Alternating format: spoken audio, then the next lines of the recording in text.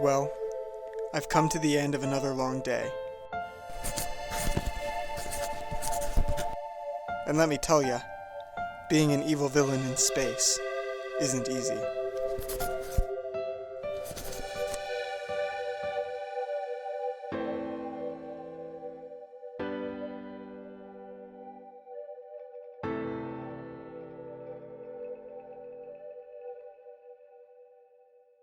The day began as it always does, waking up in my lonely spaceship and sipping a cup of space coffee while checking my schedule to see how many lives I would ruin.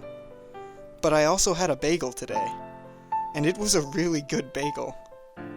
After breakfast, I put in the coordinates of a planet only a few star systems away from where I was. There, I would find the target, some corrupt politician who I was hired to take out. Mind you, by take out, I don't mean go on a date with him. Haha, that would be silly. But I don't mean killing either. I'm afraid it's much worse than that. It surprised me how quickly I arrived. It was so fast, in fact, that I didn't even have time to finish the color by number I was working on.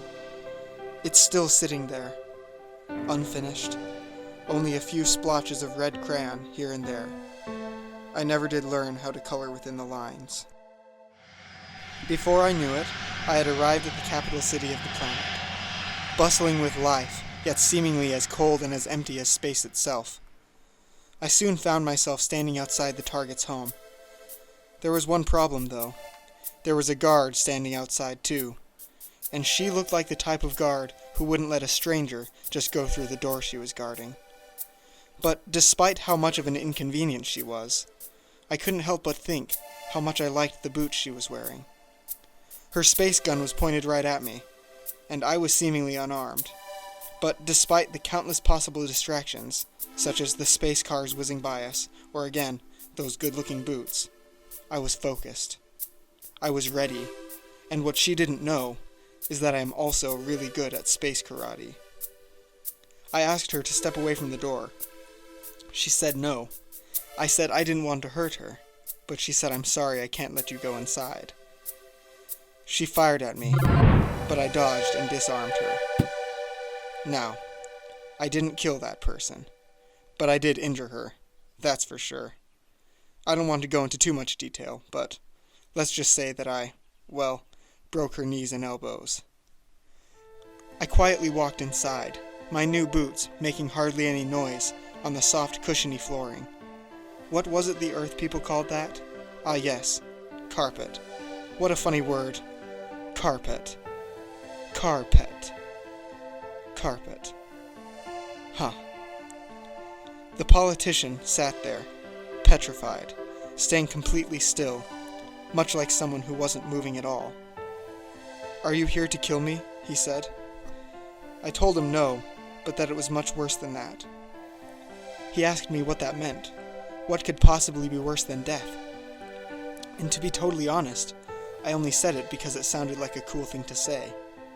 But the truth is, I do know the answer to that question. All too well. What could be worse than death? I know the answer all too well. I tied up his hands, and then I began giving him a haircut. It looked pretty good. Hairstyling is one of my talents, actually. And then I drew a silly mustache on him. It wasn't really necessary, but I did it. And worst of all, I enjoyed it. I liked every minute of drawing that mustache, and I wish I could say it wasn't true. When I was finished with him, he looked unrecognizable. That was my goal, of course. And so then, the last thing I had to do was erase his memory. I pulled out my memory eraser ray, and I said to myself, "Keith, is this really you?" But I activated the ray anyway, and I watched his eyes as he forgot everything he knew and loved. Shortly after, I dropped him off on a planet far away, where he would become a new person, with no memory of his life before. In a way, I envied him. He was out of the picture, though, and I got paid without having to get my hands dirty. But although in that way my hands aren't dirty, I can't help but feel like in other ways, my hands are far from clean. The day is over now, and as I'm writing in this diary, I keep looking out my window and into the wide vacuum of space. The emptiness and the cold seem all too familiar to me. Sometimes I feel like I'm floating out there, falling forever towards some eventual extinction. Sometimes I feel like death will come at any moment, suddenly, silently, and with no warning. Sometimes I feel as if I've died 1,000 times, and yet no one has bothered to tell me.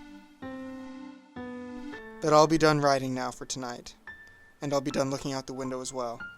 Space will be there still when I wake up tomorrow, when I go about another day of being an evil space villain.